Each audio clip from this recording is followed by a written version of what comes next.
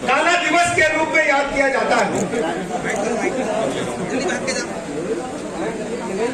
लोकतांत्रिक अधिकारों को समाप्त कर दिया गया था, स्थगित कर दिया गया था। भारतीय संविधान में जो हमें मौलिक अधिकार मिले हैं वो सस्पेंड कर दिए गए थे। अखबार और समाचार चैनलों पर सेंसर था, कोई भी समाचार बगैर सेंसर के छप नहीं सकता था। हमें कुछ भी कहने की आजादी नहीं थी, यानी जो सरकार कहेगी, सरकार चाहेगी वही हम अपने मुंह से कह सकते थे। पूरे देश में त्राहि मची थी। जनसंघ सहित बड़े वरिष्ठ नेता, उनको गिरफ्तार करके जेल भेज दिया गया था। अभी आदरणीय बीरेन जी ने संस्मरण सुनाए। हमारे जनसंघ के जो शीर्ष नेता थे सभी को गिरफ्तार कर लिया गया था, और जो पुराने समाजवादी नेता थे उनको भी गिरफ्तार कर लिया गया था। समाजवादी नेता का मतलब आज की समाजवादी पार्टी को मत समझिएगा। समाजवादी नेता मतलब थे राजनारायण जी, आचार्य नारायण देव जी,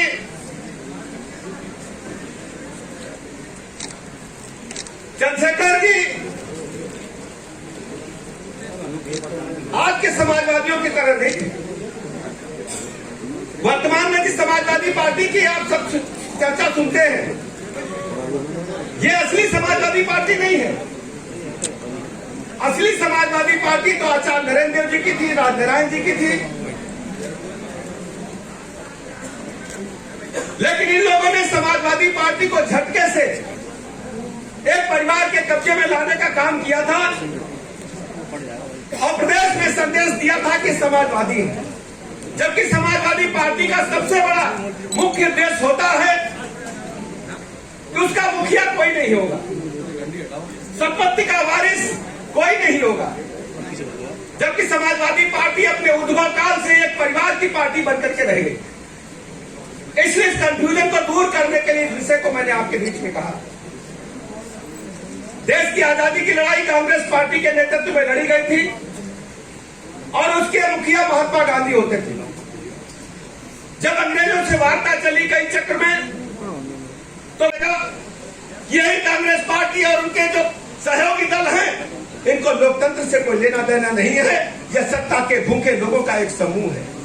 इसलिए मेरे साथियों, आपसे मैं कहना चाहता हूं, मेरे जो लोकतंत्र सेनानी हैं उनको प्रणाम करने आया हूं, वंदन करने आया हूं, उनका आशीर्वाद लेने के लिए आया हूं।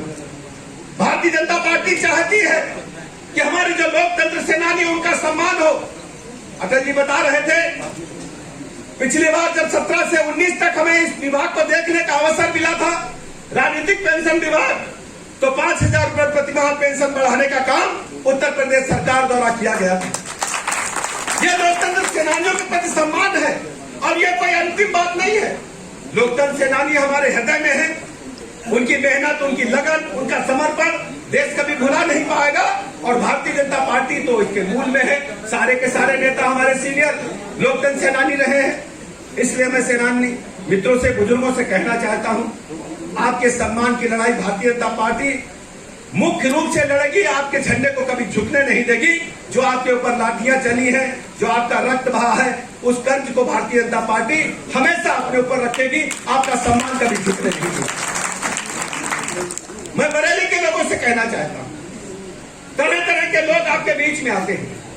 वर्तमान में समाजवादी पार्टी का हाल हम सब जानते हैं। समाजवादी पार्टी का जब गठन हुआ तो किस प्रकार गठन हुआ, ये हमारे पुराने मित्र जो मंच पर है, सामने बैठे दादा जानते होंगे, पत्रकार सीनियर जानते होंगे। 1992 में समाजवादी जनता पार्टी हुआ करती थी। राष्ट्रीय अध्यक्ष होते थे चंद्रशेखर जी, पूर्व प्रधानमंत्री। पूर्व प्रधानमंत्री को लगा कि लखनऊ में एक सम्मेलन है समाजवादी जनता पार्टी का। समाजवादी जनता पार्टी का सम्मेलन चल रहा था और मुलायम सिंह ने चंद्रशेखर जी से अलग होकर के उसमें समाजवादी जनता हटा करके समाजवादी पार्टी की घोषणा कर दी। चंद्रशेखर जी ठगे रह गए, उनके पार्टी कार्यालय पर कब्जा हो गया, बात खत्म हो गई। तो समाजवादी पार्टी जो देश के समाजवादियों के आंदोलन का नेतृत्व करती थी, उनसे निकल करके एक परिवार में आ गए। परिवार का मतलब है मुलायम सिंह जब बनाए तो राष्ट्रीय अध्यक्ष थे, उसके बाद उनके बेटे ने किस ढंग से कब्जा किया, पार्टी को किसी से छुपाया।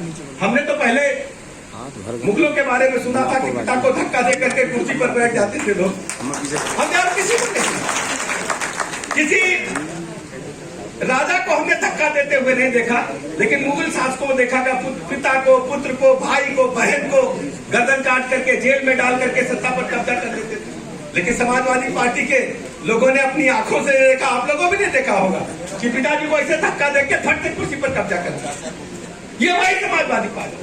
और समाजवादी पार्टी में क्या हुआ, भैया चाचा का भी नाम ले रहे हैं, चाचा बुआ फूफा जो 17-18 एमपी थे सब चले गए, पता नहीं चला कहां चले गए। और हालत क्या हुई,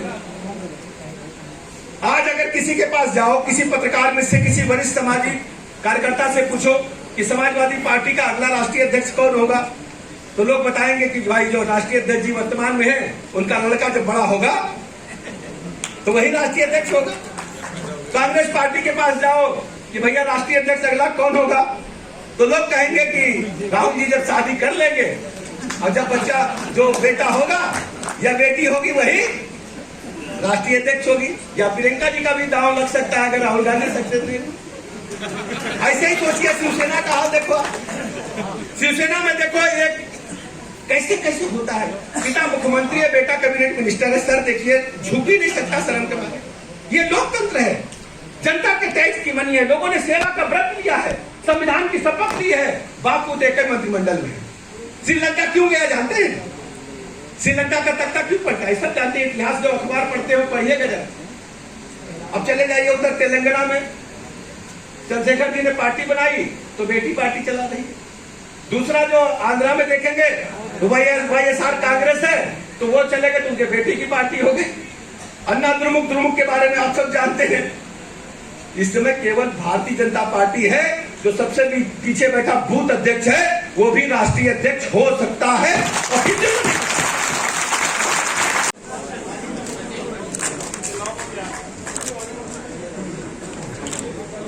नवाबगंज से विधायक परमादरणीय श्री दीप प्रज्वलन का कार्यक्रम अपने कर कमलों से करें।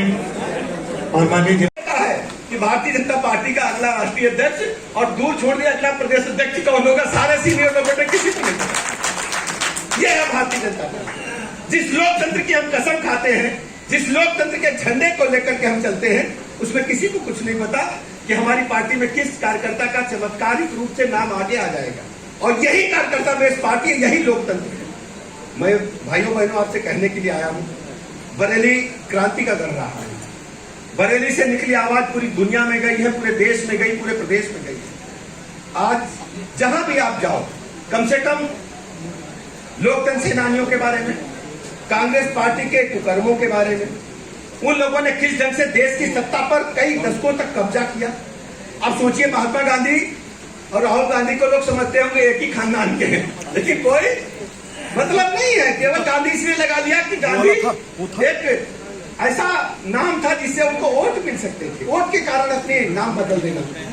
ये कांग्रेस पार्टी नहीं समझ। इसलिए मित्रों, मैं बहुत बहुत आभार प्रकट करूंगा, अभिनंदन करूंगा भारतीय जनता पार्टी बरेली का, कितने बृहद स्तर पर उन्होंने कार्यक्रम आयोजित किया और आप सब आए।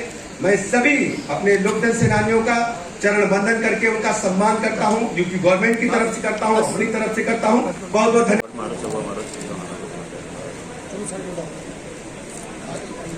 मणिनाथ मंडल महामंत्री भाई अरोड़ा जी का स्वागत अभिनंदन। बरेली जिला अध्यक्ष परम आदरणीय बड़े भाई श्री पवन शर्मा जी का स्वागत अभिनंदन। सेनानियों को हम लोगों ने, बरेली के सभी लोगों को, लोकतंत्र सेनानियां इकट्ठा होकर के उन काला दिनों को याद कर रहे हैं कि कांग्रेस पार्टी के हुकूमत में किस ढंग से संवैधानिक अधिकारियों को एकदम समाप्त कर दिया गया था, हिंदुस्तान के संविधान को तोड़ा मरोड़ा गया था, लोकतंत्र की धज्जियां उड़ाई गई थी, हम सब इकट्ठा होकर के कांग्रेस पार्टी के कुकृत्यों को आम जनता को दोबारा बताने का काम कर रहे हैं और उन लोकतंत्र सेनानियों का सम्मान कर रहे हैं जिनकी वजह से दोबारा भारतीय संविधान इस देश में लागू हुआ। उनका सम्मान करके अपने आप को हम बहुत प्रसन्न पा रहे हैं। अभी आपने एक मन से जिक्र किया था कि गांधी परिवार के वही लोग जो है अध्यक्ष हो सकते हैं जो उन्हीं के परिवार के लोग होंगे, क्या था वो? आप जानते हैं कि भारतीय जनता पार्टी शुचिता के साथ अपने कार्यकर्ताओं के बलबूते काम करती है समाज में, और हमारा कार्यकर्ता किसी भी पद पर मेहनत के बलबूते अपने कार्यों के बलबूते पहुंच सकता है, जबकि दूसरे दलों में कांग्रेस की स्टूडेंट हड़ताल पर बैठे हुए 3 दिन से, राष्ट्रीय मेडिकल के स्टूडेंट 3 दिन से हड़ताल पर बैठे हुए हैं और उनकी प्रशासन सुनने वाला नहीं है। आप मुझे जानकारी दे रहे हैं और पूरी बात हम जानकारी करके बताएंगे। मेडिकल कॉलेज से आप बाहर आए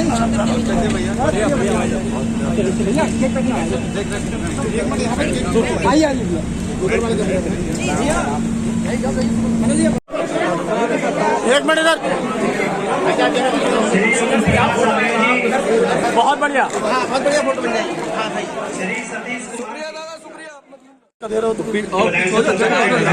आपको किसको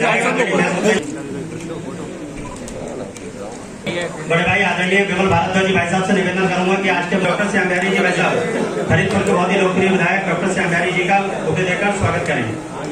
वीरपाल गंगवार जी भाई साहब से निवेदन करूंगा। वीरपाल गंगवार जी भाई साहब जिला महामंत्री।